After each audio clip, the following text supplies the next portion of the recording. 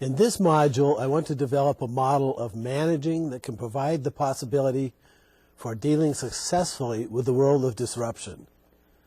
I refer to this model as functional intelligence. That is, managing with a personal style and set of attitudes that enable one to function intelligently in a stressful and chaotic environment, and that help to develop an organization that can also function effectively in the discontinuities that we all experience. This model was developed by my mentor, Dr. Eugene Jennings, now retired from the business school at Michigan State University, and in my experience, the most knowledgeable expert on the development of executives. I will also discuss how one learns the skills and attitudes described in this model. First, I want to address the issue of what I refer to as personal strategies. The foundation for all the factors of awareness and personal skills that I'm going to describe is a person's goals and vision. These provide the focus for attention and behavior in everything the person does. All winners have personal goals tied to their organizational goals and have developed a game plan to achieve them. But to be successful in the pursuit of these goals and in designing and implementing the game plan, one must develop a personal style and skills that provide the winner with lead time. Lead time to sense problems before they become crises and to appreciate innovative changes in time to take successful advantage of them. So, much of what I'm going to describe in this module has to do with how to develop and ensure the lead time needed to keep from being caught by surprise by disruptions and discontinuities, and thus allowing enough time to be able to take action to forestall possible negative consequences. Disruptions and discontinuities will occur. The challenge is how to react effectively to them. Steve Covey of the 7 Habits of Highly Effective People said that the most important thing we can be working on as adults is communication. And his most important habit is doing first things first. So let's analyze why communication is so important and why improving one's communication skills needs to be the first priority and first habit. Essentially, this means that we have to develop a personal style that encourages and rewards the people around us for bringing news to us about anything that disrupts, good or bad, small or large, accidental or purposeful, personal innovation or someone else's. You don't want to develop a style that discourages or punishes people for bringing you bad news or news of disruption. So how does that happen? If someone makes a mistake or error, or sees someone else make a mistake or error, or perceives that a mistake or error is being made or has been made, or recognizes an innovation from somewhere else that can disrupt your organization and covers it up for fear of being yelled at, criticized, put down, or ridiculed, then they will always cover up such information. The successful manager learns to reward and thank those who bring forward such information. We have to guard against the thinking and behaving that suggests to other people that only the boss's, information and attitudes are what is important.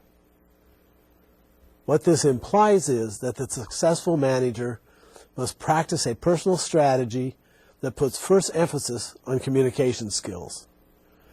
These include what I refer to as factors of awareness and personal skills and competencies. The first of these factors of awareness is information management. What I mean by this is that the manager must place first priority in every situation on the gathering of information, to want to understand as fully as possible what is happening or is likely to happen, and not just tell everyone else what you think you know. To not make assumptions about what you think you know about what is happening or has happened. You need to be passionate about wanting to be informed at all times about disruptions and challenges. The value of this is to create a surprise-free environment and thus provide enough lead time to react and act relative to what is happening. You want to compliment the sender of bad news.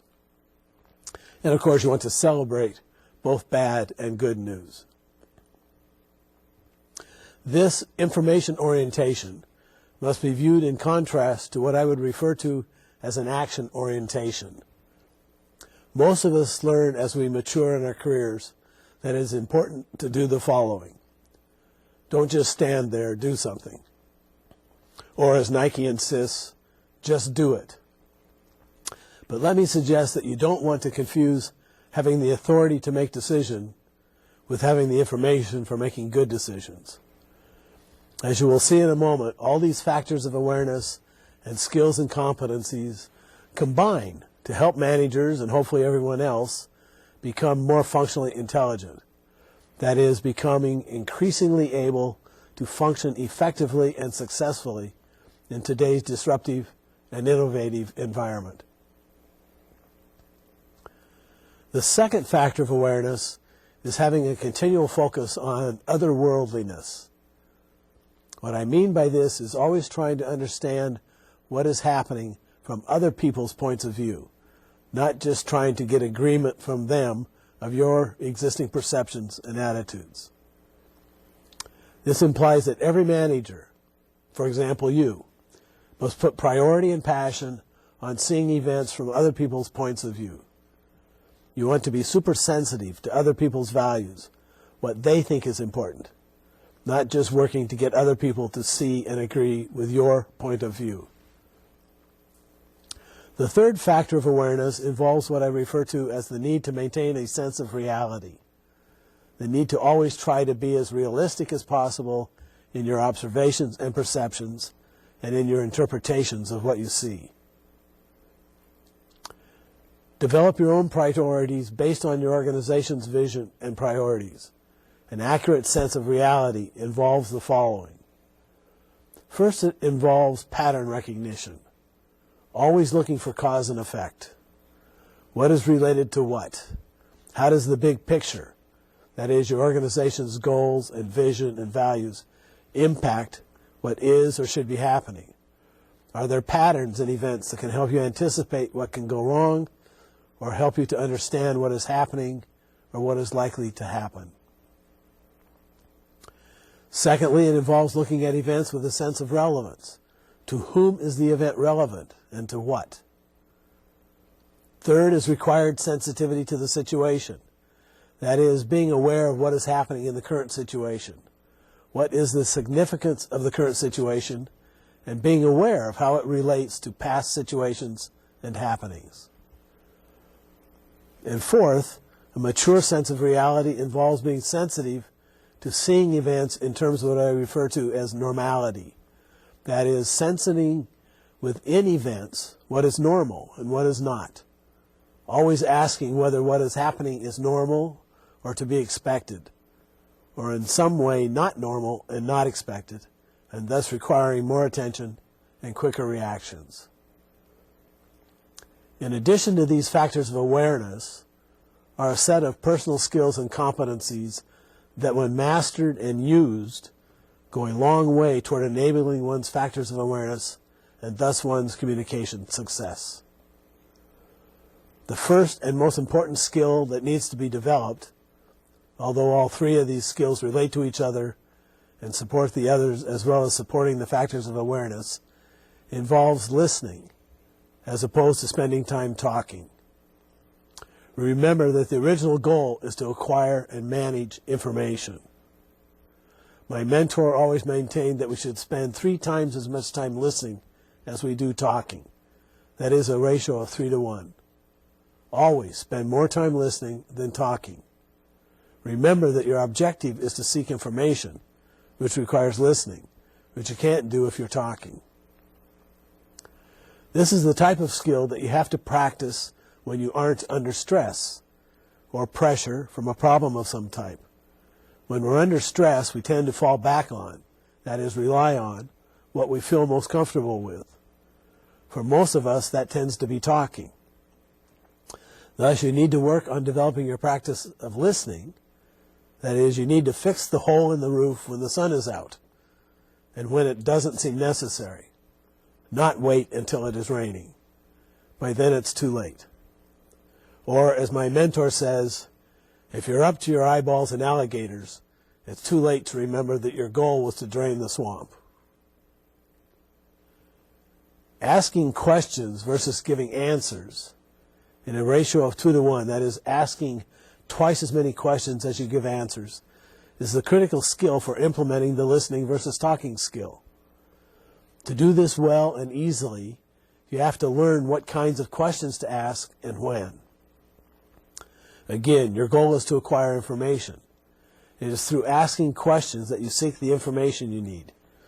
The only good questions, therefore, are questions that seek information. Any question that can be answered with a yes or no is not a good question. Such questions do not provide information. It would always be better to ask a question about a situation than to merely ask for agreement about something related to the situation, such as to ask, what happened, rather than to ask, is this what happened? So, good questions are questions that begin with words like what, who, where, how, and when. The third and last communication skill involves paying attention, that is, being sensitive, to people's meanings versus their literal words, in a ratio of at least 1 to 1. That is, the real meaning in what people are saying is at least as important as the words they are using to say it.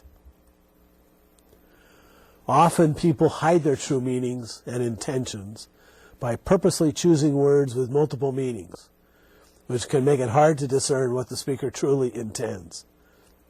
And it is also often too easy to get caught up in the emotions behind people's communications or in your own emotions, and then to lose track of what people are really trying to convey.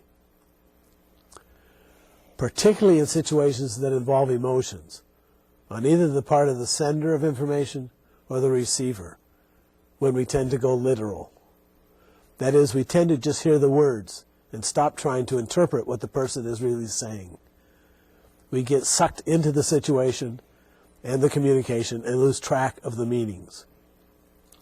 Again, as my mentor has always indicated, meanings are in people, not in words. As one begins to practice and understand how these factors of awareness and personal skills and competencies work, you also begin to realize how important it is to use the flip side of them in your own communications with the people around you.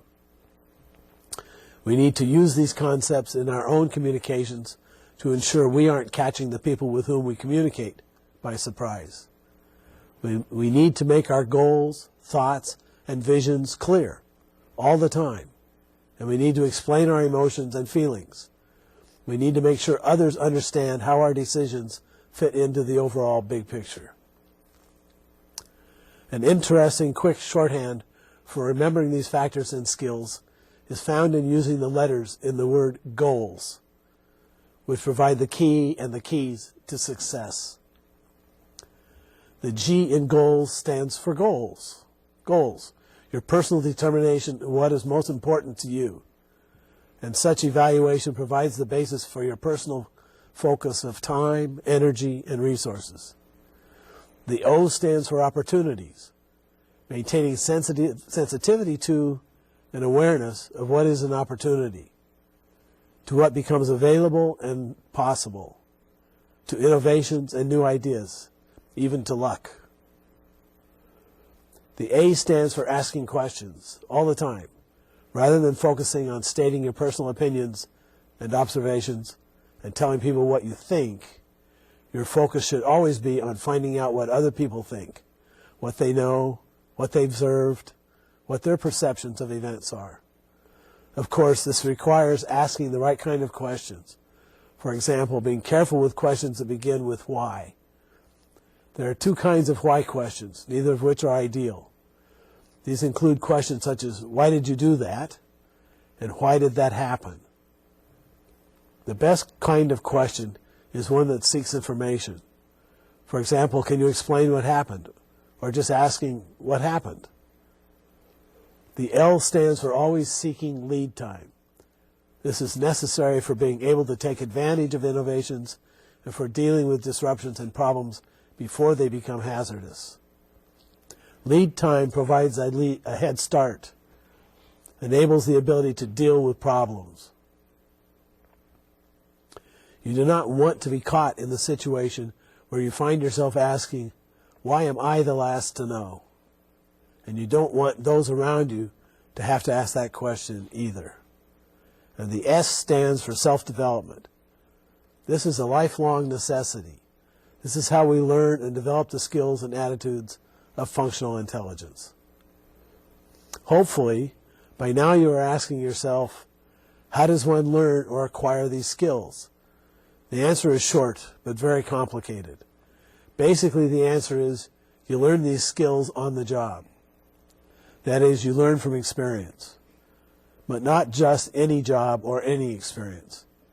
In your career and work assignments, you need to always seek jobs and tasks that teach you something new, that provide challenge. You need to always seek assignments and experiences that you have not experienced before. You don't learn new strategies and skills by continuing what you already know how to do. Every new situation is an opportunity to learn. Having to do something you have not done before requires learning to use these strategies and skills. It is only when you need to lean on other people who know more than you do or have experienced things you haven't in order to perform your job successfully will you learn to ask the kinds of questions and reward the kinds of answers that will enable you to make the kinds of decisions required for success. And that will then lead to becoming an information manager and a functionally intelligent manager, one who will sense problems and opportunities with adequate lead time to take appropriate action for personal and organizational success. When you are looking for new experiences, it may be helpful to understand what types of assignments have been found to be the best to learn from. These include starting something from scratch, new projects, new teams, opening a new office and or in a new location, starting a new overseas operation, taking on an increase in responsibility with more people, larger budget, or more projects, taking on a new functional responsibility, that is, moving across functional boundaries, moving to a new geography and or a new culture, taking on a new position that entails being highly visible to key people and or to success of your organization, having to deal with totally new people, that is, with people you have not met before and thus have not dealt with before, and being responsible for the overall success of a major part or all of your organization. Specific highly developmental events include setting the stage, determining priorities, sequencing of decisions and actions for a major part or all of your organization, leading by persuasion, which is what you have to do when you don't have authority or position to make independent decisions, such as being a staff person who needs to convince line managers to take specific actions related to your staff function, leading in a line position where colleagues have to follow your lead, leading in situations where other people matter and must be taken into account in your decisions, plans, and arguments, and coping with hardships when you still have to perform at a high level, such as having to cope with failure in your job assignment or with personal family crisis. Aristotle said that excellence is not an act, it is a habit. And the habits of excellence, what I refer to here as functional intelligence, are developed through continual practice until they become second nature, until they become habits in new job assignments and situations that require a person to be challenged and in today's environment that is so full of discontinuities and surprises. Your personal objective is to surround yourself by and always try to be around people who are smarter, more experienced, and more creative than you are. You must welcome being in such situations. It is from such people that you learn to handle discontinuities and surprises and to take advantage of innovations and new ideas. Winston Churchill said that you must take change by the hand or it will take you by the throat. In today's world of constant surprises and discontinuities, the only attitude that makes sense and leads to success is this approach to taking charge of change. Granted, this constant exposure to change can be scary and highly stressful, but with practice you can learn to handle it, and then to use it for your own and your organization's competitive advantage. Discontinuities don't have to lead to disaster. With the right strategies and skills, you can move beyond them to create a better world for your employees, your shareholders, your customers, your community, and ultimately for yourself and your family.